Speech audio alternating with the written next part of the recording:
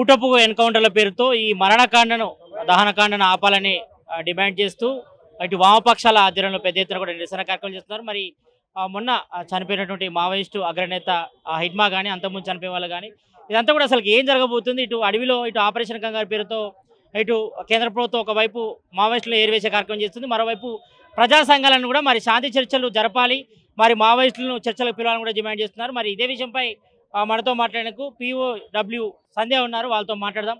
Madam చెప్పండి, ఈ యొక్క ఎన్కౌంటర్ ఎట్లా చూస్తారు? ఇది బూటక ఎన్కౌంటర్ అంటారా, హిడ్మాది ఏంటంటారు? హిడ్మాది, నంబాల కేశవరావుది, అందరిది ఇవాళ ఆపరేషన్ కగారు పేరుతో జరుగుతున్న హత్యాకాండ మొత్తం కూడా బూటకపు ఎన్కౌంటర్లే, బూటకపు హత్యలే. రాజ్యం ఆపరేషన్ కగార్ మొదలుపెట్టిన నుంచి డెడ్ లైన్ పెట్టి మార్చి 26 అనే డెడ్ లైన్ పెట్టినప్పటి నుండి చూస్తున్నాం, చెప్తున్నాం, మాట్లాడుతున్నాం. ఈ డెడ్ లైన్ కార్పొరేట్లకు భరోసా కల్పించడం కోసం, ఈ డెడ్ లైన్, ఈ హత్యాకాండలు కార్పొరేట్లకి భూమిని, ఖనిజ సంపదని అప్పగించడం కోసం, తమ దోపిడీ విధానాలకి కొనసాగించడం కోసం పెట్టిన ఆపరేషనే ఆపరేషన్ కగార్. ఆపరేషన్ కగార్ మొదలైన నుంచి ఇప్పుడు దాకా దాదాపు 1600 మందిని చంపారు. అందులో ఎక్కువ భాగం ఆదివాసీలు, పాపం పుణ్యం ఎరగని ఆదివాసీలే. ఏ అభివృద్ధిని నోచుకోకుండా, బడులు లేకుండా, హాస్పిటళ్ళు లేకుండా, రోడ్లు లేకుండా, కరెంటు లేకుండా బతికిన ఆ ఆదివాసీలని వీళ్ళు చంపుతున్నారు. ఆపరేషన్ కగారు మొదటి హత్య 6 నెలల పసిపాప. అమ్మ ఏం చేసిందని ఆపరేషన్ కగారు తుపాకీకి బలైంది. డ్రోన్లతోటి మీరు దాడులు చేశారంటే గూడాల మీద, ఆ గూడాల్లో ఉండే అమాయకపు ఆదివాసీలు ఉంటారు అని ఈ పాలకులకు తెలియలేదా? మా నిఘా నేత్రాలకు ఎవరెక్కడున్నారో తెలిసి మేము వదిలేసాము అంతే, మాకు అందరూ తెలుసు అంటే మరి పెహల్గాంలో వచ్చిన టెర్రరిస్టులు మీకు ఎందుకు కనపడలా? పుల్వామాలో వచ్చిన టెర్రరిస్టులు అని మీరు ఏదో చెప్తున్నారో కనపడలా? మొన్న రెడ్ పోర్ట్కి వచ్చిన వాళ్ళు మీకు ఎందుకు కనపడలా? మీ నిఘా నేత్రాలకు ఎవరైనా తెలుస్తారు కదా, ఎక్కడైనా కనపడతారు కదా. అంటే మీరు కావాలని జరగనిచ్చారా? కావాలని ఆ పేలుళ్ళని చేసి మీ సొంత సైన్యాన్ని పొట్టన పెట్టుకున్నారా? మీరు ఇవాళ రెడ్ పోర్ట్ దగ్గర కామన్ పీపుల్ని చంపేలాగా చేస్తారా? అంటే ఇవన్నీ అంటే మీరు చెప్తున్న మాటల్ని బట్టి మాట్లాడినా కూడా ఒక పక్కన దేశంలో హింసను పెంచుతారు, మరో పక్కన ఆదివాసీలు జల్ జంగల్ జమీన్ ఇజ్జత్ హమారా అని పోరాడుతున్న ఆదివాసీల మీద హత్యాకాండ చేస్తారు. సరే, వాళ్ళ భూములు గుంజుకుంటున్నారు అనడానికి ఇప్పటికే అనేక చోట్ల ఇచ్చారు అదానీలకి, అంబానీలకి. అక్కడ రాత్రులు డోజర్లు పెట్టి మైనింగ్లు చేస్తున్నారు. ఆ మైనింగ్లు 5th షెడ్యూల్లో 6th షెడ్యూల్లో 170 చట్టాలని తుంగలో తొక్కి ఎట్లా చేస్తారు? అంటే ఇవాళ మీరు ఉల్లంఘనకు పాల్పడుతున్నారు. దాన్ని నిరసన వ్యక్తం చేస్తున్న ప్రజలని, ఆ ప్రజలకు మద్దతుగా, ఆదివాసీలకు మద్దతుగా నిలబడుతున్న వాళ్ళని కాల్చి చంపుతున్నారు. బిర్సా ముండా విగ్రహాలు ఎందుకు పెడుతున్నారు? ఎందుకు దండలు వేస్తున్నారు? అతని వారసుని ఎందుకు పట్టుకుని జైలుకు పంపకుండా కాల్చి చంపారు? ఇవన్నీ కూడా ప్రజలందరూ కూడా ఆలోచించారు. చేగువేరా షర్ట్లేసుకుని తిరగడం కాదు, భారతదేశం చేగువేరా మాడ్వి హిడ్మా. ఆ హిడ్మా ఆయన ఏ స్వార్థం లేదు. అంత పవరు, పోలీసులు చెప్తున్నట్టు అంత పవర్ చేతిలో ఉండి మందిని చంపాడు అంటున్నారు కదా, అంత పవర్ అతనితో ఉంది, అన్నీ ఉన్నాయి అంటున్నారు కదా. ఆయన గుడిసె ఎట్లుందో చూసాం. అంటే తన కోసం కాదు ఈ పోరాటం, తన జాతి కోసం, తన ప్రజల కోసం. ఎట్లా తప్పు పడతాం? తన కోసం స్వార్థం లేదు అన్న మోడీని చాలా గొప్పవాడిగా చూపిస్తారు, యోగిని గొప్పవాడిగా చూపిస్తారు. మరి తన కోసం ఏ స్వార్థం లేని వాడే మాడ్వి హిడ్మా కదా, అతన్ని ఎందుకు నేరస్తుడిగా చూపిస్తున్నారు? గుజరాత్లో హత్యాకాండలు చేయించిన మోడీ ప్రధానమంత్రి ఎట్లా అవుతాడు? ఏవో హత్యలు చేశాడు అని చెప్పి ఈయన్ని ఎట్లా పట్టుకుని చంపుతారు? అంటే ఈ దేశంలో రాజ్యాంగం అందరికీ ఒకటి కాదా? ఈ దేశంలో హక్కులు అందరికీ వర్తించవా? ఇవాళ మీకు తొత్తులుగా, మీకు లొంగి, మీకు గులాంగిరి చేస్తే ఇవాళ ట్రంప్ యుద్ధం ఆపమంటే ఆపేసే దేశభక్తులు వీళ్ళు. ఆ రోజు సామ్రాజ్యవాదులు భగత్ సింగ్ని, అల్లూరి సీతారామరాజుని, రామ్జీ గోండిని, కొమరం భీమ్ని ఎట్లా జాతి విముక్తి పోరాటాల్లో భాగంగా చంపారో ఈరోజు మీరు కూడా చంపుతున్నారు. అందుకని మీరు ట్రంప్ చెప్తే శిరసా వహిస్తారు. అందుకని మేము బ్రిటిష్ వారసులం అని చెప్పండి. మీ సావర్కరు లొంగి కాళ్ళు పట్టుకుని లేఖ రాసి బ్రిటిష్ మహారాణికి మీరు ఏం చేయమంటే అది చేస్తాం, మీకు అన్ని రకాల సహకరిస్తానంటేనే విడుదల చేశారు. అట్లాగే ఈరోజు బ్రిటిష్ వాళ్ళ పాలనే ఇవాళ ఈ దేశంలో కొనసాగుతుంది. ఈ దేశ ప్రజలు ఆలోచించాలి. ఎట్లయితే సావర్కర్కి క్షమాభిక్ష పెట్టిందో, ఎట్లయితే సావర్కర్ మీరు చెప్పింది వింటానన్నాడో, అట్లయితే లేఖ రాసి కాళ్ళ మీద పడ్డాడో, ఈరోజు ఎవరైతే మీకు సహకరిస్తామంటున్నారో వాళ్ళని బతకనిస్తామంటున్నారు. ఇది ఈ బ్రిటిష్ వారసుల, ఈ దేశ పాలకులు బ్రిటిష్ వారసులు.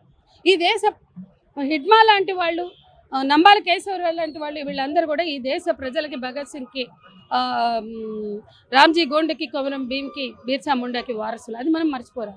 మేడం, హిడ్మా విషయంలో మరి గతంలో పోలీసులను చంపాడు. అంతకుముందు చంద్రబాబుపై కూడా అటాక్లో కూడా ప్రధానంగా హిడ్మా పేరు వినిపించింది కాబట్టి మరి ఆయన టార్గెట్ చేసి కక్షపూరితంగానే ఆయన ఎన్కౌంటర్ చేసి చంపారంటారా?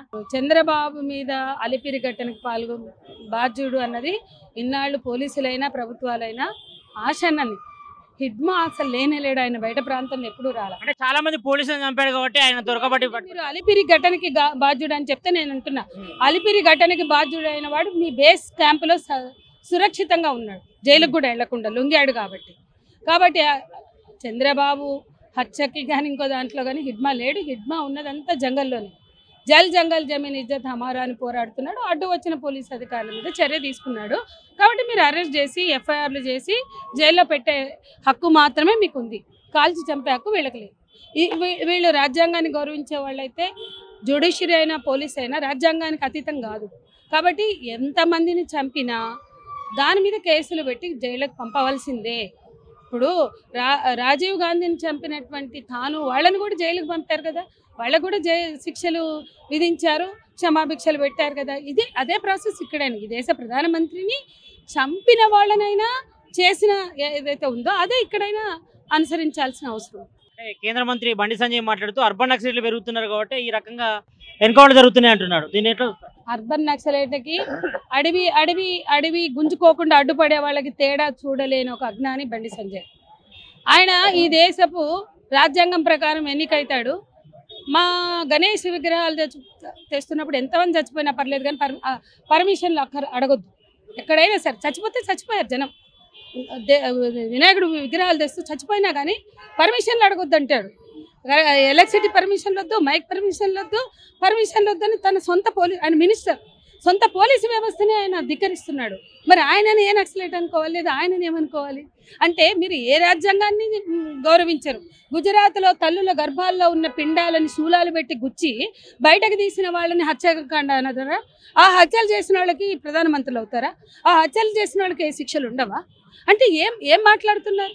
వాళ్ళ భూమి తీసుకుని వాళ్ళని అక్కడి నుంచి బయటకు పంపిస్తూ అవి ఆదానాలకి అంబానీలకి ఇస్తుంటే చూపిస్తున్నాం ఆధారాలతో సహా. అదే సుకుమాలో, అదే ఛత్తీస్గఢ్లో, అదే బస్తర్లో ఎక్కడెక్కడ భూములు ఇచ్చారు, ఆ భూముల్లో ఎవరున్నారు, ఎవడు మైనింగ్ చేస్తున్నాడో చెప్తున్నాం. 117 తుంగలో తొక్కి 5th షెడ్యూల్ 6th షెడ్యూల్ చట్టాలని మీరు ఉల్లంఘించి మీరు కార్పొరేట్లకు భూములు ఇస్తున్నారని మేము చెప్తున్నాం. మీరు చూడండి. అవి చూడకుండా, అవి ఏం మాట్లాడకుండా ఇట్లా మాట్లాడుతున్నాడంటే బండి సంజయ్ అనే వాడికి బుర్రుందా? రాజ్యాంగం పట్ల గౌరవం ఉందా? ఉంటే దాన్ని గౌరవించి మాట్లాడమని అంటున్నాం. అది గణేష్ విగ్రహాలైనా అర్బన్ నక్సలైట్లైనా అతను ప్రజలని దృష్టిలో పెట్టుకుని మాట్లాడితే అట్లా మాట్లాడు. ప్రజలను చూస్తుంటే ఇటు ఆపరేషన్ కంగారుతో ఒకవైపు ఎన్కౌంటర్లు జరుగుతున్నాయి, ఒకవైపు అటు అగ్రనేతలంతా కూడా ఒకవైపు లొంగిపోతున్నారు, మరోవైపు ఎన్కౌంటర్ల పేరుతో హిడ్మా లాంటి వ్యక్తులను కూడా చంపుతున్నారు కదా. మరి మావోయిజం అంతా కూడా చివరి దశ చేసుకుందనుకోవచ్చు. మావోయిజాన్ని అణచివేసే ప్రయత్నం కేంద్ర ప్రభుత్వం చేస్తుందంటారు. అది నేను ఎట్లా చెప్తానండి? ఎంతమంది మావోయిస్టులు ఉన్నారో నాకు తెలియదు, నేను ఆ పార్టీ కాదు. ఎంతమంది ఉన్నారో తెలియదు. కానీ ఒకటి మాత్రం చెప్తున్నా, లొంగిపోయి మీకు గులాంగిరి చేసి మీకు ఉపయోగపడి మీకు తొత్తులుగా ఉంటే బతకనిస్తాం, లేకపోతే అరెస్ట్ చేసినా చంపేస్తాం అనేది అయితే హిడ్మా హత్యతోటి మెసేజ్ ఇచ్చారో అది తప్పు. మీకు దొరికిన వాళ్ళని అరెస్ట్ చేసి జైలుకి పంపండి కావాలంటే, కానీ ఎవరిని అంటే లొంగితే మాకు ఉపయోగపడితే బతకనిస్తాం, లేకపోతే చంపేస్తాం అనేది అయితే ఉందో తప్పు. బతికే హక్కు అందరికీ ఉంది, ఎవరికైనా ఉంది. వాళ్ళ వీళ్ళు ఎవరైతే దాడి చేస్తున్నారో వాళ్ళకు కూడా బతికే హక్కు ఉందనే మేము చెప్తున్నాం. బతికే హక్కు కొంతమందికే ఉంది, నక్సలైట్లకి ఉందని మేము అనట్లేదుగా. వాళ్ళు మా వాళ్ళని కూడా చంపారు, అప్పుడు కూడా మేము అదే చెప్పాం. బతికే హక్కు అందరికీ ఉంది. కానీ అంత మాత్రాన్ని వాళ్ళని పట్టుకుని చంపేస్తే సంతోషించే వాళ్ళం కాదు, వాళ్ళని పట్టుకుని చంపితే ఆమోదించే వాళ్ళం కాదు. ఖచ్చితంగా ప్రజలందరూ కూడా ఈ దేశపు చేగువేర మాడ్వి హిడ్మా చేగువేర షర్ట్లు కాదు, మాడ్వి హిడ్మా షర్ట్లు వేసుకోవాలి. మాడ్వి హిడ్మా ఈ కాలపు ఈ దేశపు భూమిపుత్రుడు, స్వతంత్రం కోసం పోరాడిన వాడిగా మనం అర్థం చేసుకోవాలి. మొత్తానికైతే ఈ బూటపు ఎన్కౌంటర్లను ఆపాలి, వెంటనే ఇటు మావోయిస్టుతో శాంతి చర్చలు జరిపి మరి యొక్క మరణకాండకి దహనకాండకి కూడా నిలిపేయాలి. మరి అటు మావోయిస్టులతో కూడా చర్చలు జరిపి అని కూడా మరి ప్రధానంగా POW సంధ్య గారు చెప్తున్నారు. కెమెరామ్యాన్ భరత్తో సతీష్, ఆంధ్రప్రభ న్యూస్, హైదరాబాద్.